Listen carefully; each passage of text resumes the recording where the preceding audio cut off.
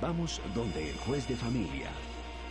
Cuando una persona es víctima de violencia intrafamiliar, existen dos acciones que la ley le otorga.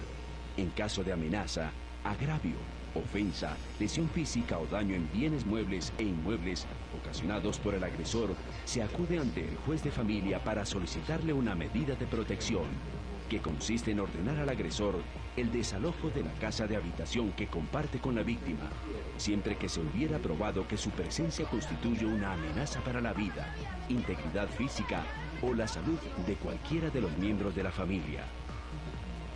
Obligar al agresor a acudir a un tratamiento reeducativo y terapéutico y ordenarle el pago de los daños ocasionados con su conducta.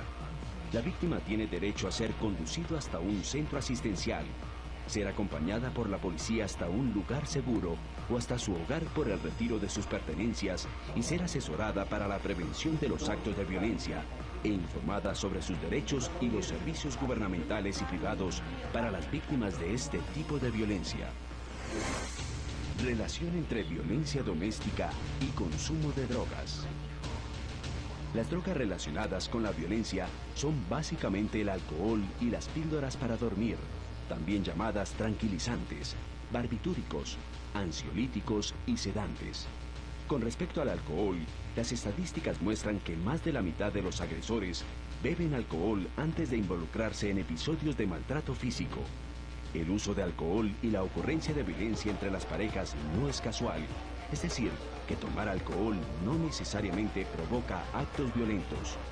El uso de alcohol tiene dos efectos sobre la violencia intrafamiliar.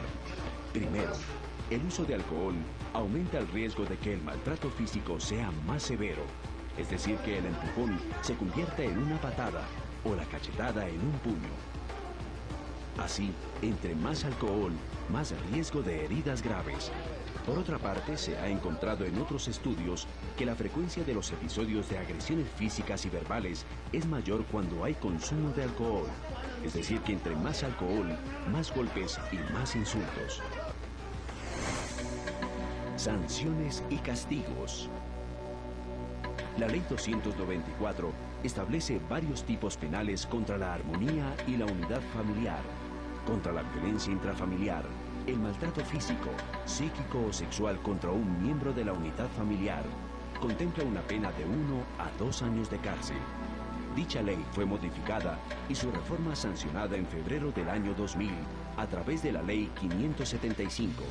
Esta ley introduce, entre otras, que las competencias deben asegurar el fin inmediato del maltrato o la agresión que sufre la víctima, citando de forma inmediata al agresor a una audiencia de conciliación. De no presentarse, la víctima recibirá orientación sobre las autoridades competentes para imponer las medidas de protección. Además, el denuncio de hechos de violencia intrafamiliar se formula en esta nueva ley como una responsabilidad de la comunidad y específicamente de los vecinos, quienes tendrían la obligación de acudir a la comisaría apenas identifiquen el caso. Este aparte es particularmente importante en la medida en que reconoce el potencial de la comunidad como instrumento de control social. Es importante que acuda a denunciar con su documento de identidad. No puede denunciar los mismos hechos más de una vez. Entre más precisos sean los datos que aporte a la denuncia, como nombre de las personas sospechosas o testigos, direcciones, teléfonos, lugares, fechas, etc., los resultados serán más rápidos y efectivos.